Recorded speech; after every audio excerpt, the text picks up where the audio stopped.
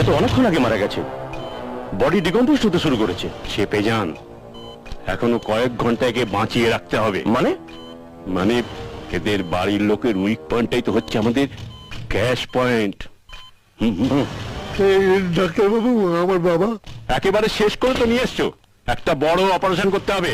50,000 টাকা ক্যাশে জমা করে দাও। 50,000 টাকা? আমি গরিব মানুষ বাবা, এত টাকা কোত্থেকে পাবো? তাহলে আমি কি করব? বাবাকে নিয়ে যাও, এখানে চিকিৎসা হবে না।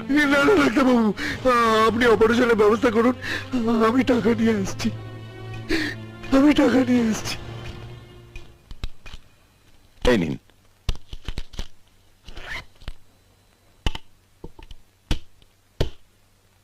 স্যার, 50,000 টাকার রিসিপ্ট, সরকারি শিলমোহর দিয়ে।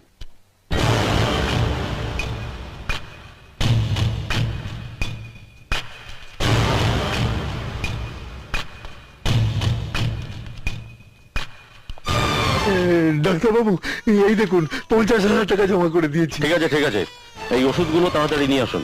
হ্যাঁ। অপারেশনের জন্য লাগবে। হ্যাঁ। বাইরে কোথাও থেকে নেবেন না, হসপিটালের মেডিকেল শপ থেকে নেবেন। আচ্ছা ডাক্তারবাবু। ঠিক আছে। কত হলো? 10,570 টাকা। স্যার, হ্যাঁ, ওষুধ আর এই 10,570 টাকার রিসিপ্ট। তুমি যাও। Yes sir. দিন।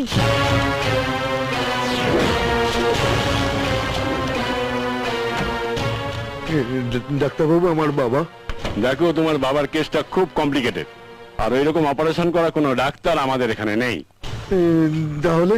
তুমি চিন্তা করো না, একজন ডাক্তার বিদেশ থেকে আজই আমাদের হাসপাতালে আসছেন, আর তার সঙ্গে আমার কথাবার্তা সব হয়ে গেছে। তবে একটু কস্টলি, প্রত্যেকটা অপারেশন করতে 1 লাখ টাকা করে নেন।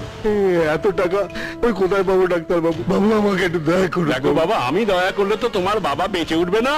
বাবাকে বাঁচাতে হলে ঘটি বাটি বেঁচে যে করে পারো টাকাটা জোগাড় করো। উনি এক্ষুনি এসে পড়বেন। Hello, doctor Bhatnagar. Hello hello, welcome welcome. আপনার ফোন পেয়ে তো আমি চলে এলাম। ইনি পেশেন্টের ছেলে। আচ্ছা, don't worry, I am here. যাও, তাড়াতাড়ি টাকাটা জমা করে দাও, তারপরেই অপারেশন হবে। Please come doctor. ইয়েস।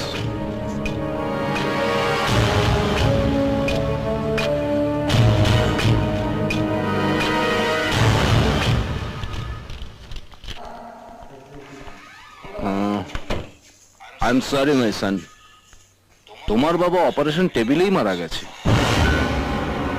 উনি অপারেশন টেবিলে মারা যাননি, উনি মারা গেছেন কাল রাতে।